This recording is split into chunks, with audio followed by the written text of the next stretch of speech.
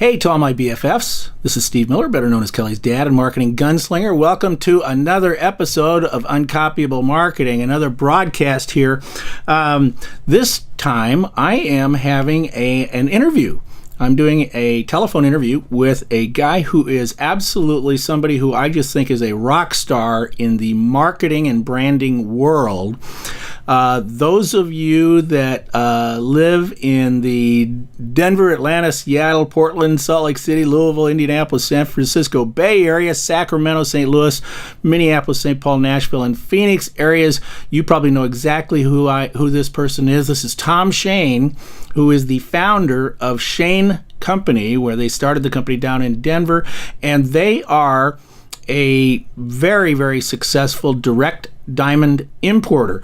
And Tom has built his business since 1971 primarily using radio, where he does his own commercials along with his son, nowadays Rordan, and they just do a fantastic job of developing their own brand and culture and being successful and creating a new business model. And I think in many, many ways they are uncopyable. So I actually had, it was over a 1 hour interview with him. I'm not going to share the whole 1 hour here. I'll just share the beginning of it. If you're interested in getting the rest of it, accessing the rest of it, well, just stick around. I'll explain how you can do that later on. So let's go listen to my interview with Tom Shane. Steve? Tom Shane. How are you? I've been looking forward to this call for a couple of weeks now. Well, I'm glad that we finally were able to find a time. I've been traveling a lot. I just got back an hour ago from the Bay Area. Oh, okay. So you weren't overseas then? No, I got back a week Saturday. So I've been from several weeks in Asia, and then in 2 weeks I go back to Asia. So I've been in the States now for almost 2 weeks. Yeah. Yeah. I mean, I know that we're both road warriors. Yeah. I'm on the road a lot, but while I do, speak and consult internationally, I am very sure I don't spend as much time overseas as you do. No, I'm there almost half the year. Wow. 20 some weeks. So I'm jet lagged 25% of my life, if you want to know that. I'm serious. I'm not joking. I believe it 100%. It's horrible. I'm sure I'm not bragging about it. But. Oh, no. I've, the glamour has wore off a long time ago, so. Long worn off. Yeah, I don't mind being places. It's the going places. No, exactly. And, of course, jet lag it's not like a fine wine. It doesn't get better with age. You don't get used to it. And it takes me approximately 1 day to recover for every 2 hours of difference. Yeah. That sounds about right. If there's when Bangkok is 11 is 13 or 14 hours from Denver, mm-hmm. depending on whether we're on daylight savings time or not. Mm-hmm. So anyhow, it takes me about 5 days or so. Yeah, it's almost a week, yeah. Yeah, to recover from it. And when coming and going 7-8 times a year, it's just times 2, because when I get over there, I have that same jet lag. Yeah. So all kidding aside, you do the arithmetic, and you'll get 80 or 90. Yeah, no question about it. That I'm jet lagged. It's crazy. You have my deepest sympathy.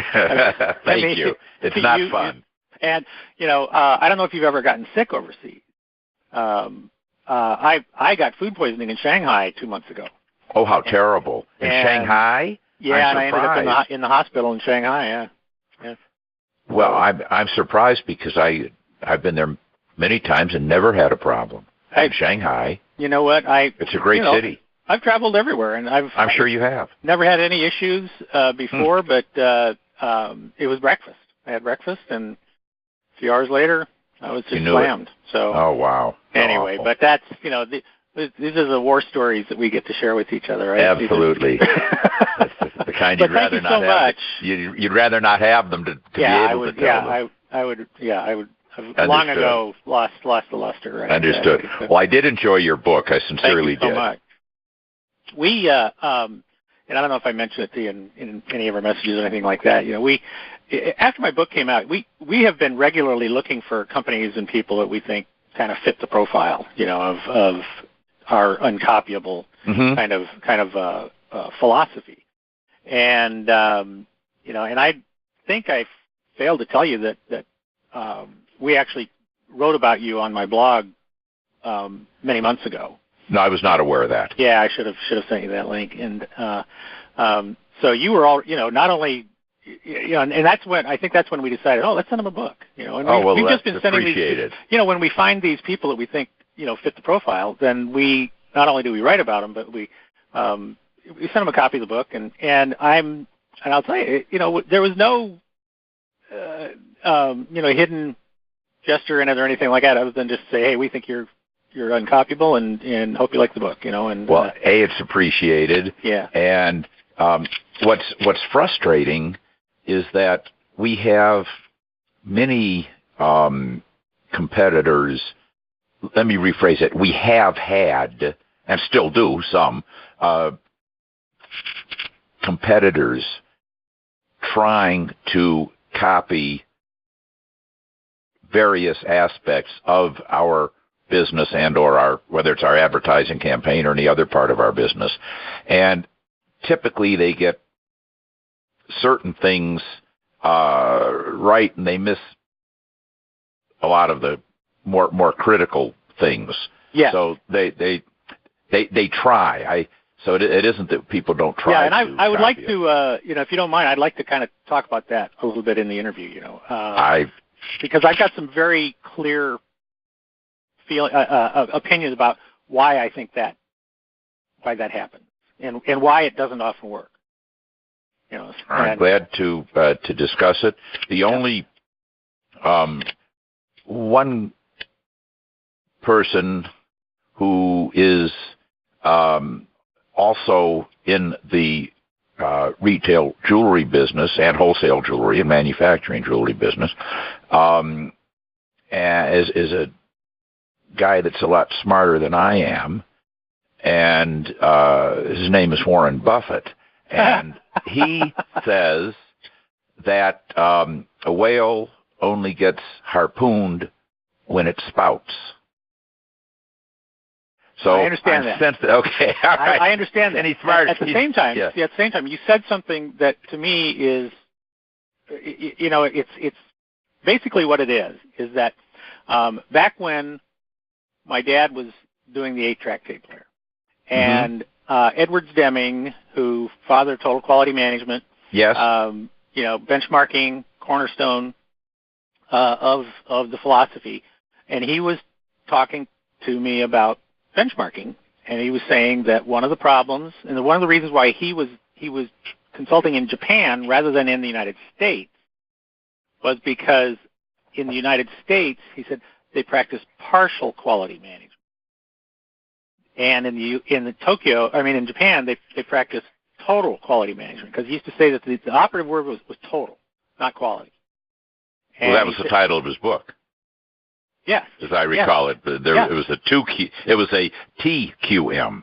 Yeah, TQM, right? Yes, understood. And he said the problem with the American companies and with most American business people is that they look at what you're doing, and then they pick and choose what they think they should steal from you, and then they use that thinking that they're going to copy you, catch you, and beat you.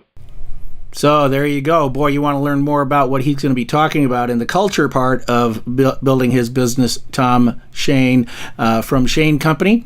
If you are interested in getting the rest of this interview, plus all these, I have dozens of other interviews, other programs that I have put together that I do myself, as well as I've got a lot of information. You need to join my inner circle. And here's what you can do. You can go to this website. I've got the link put down below.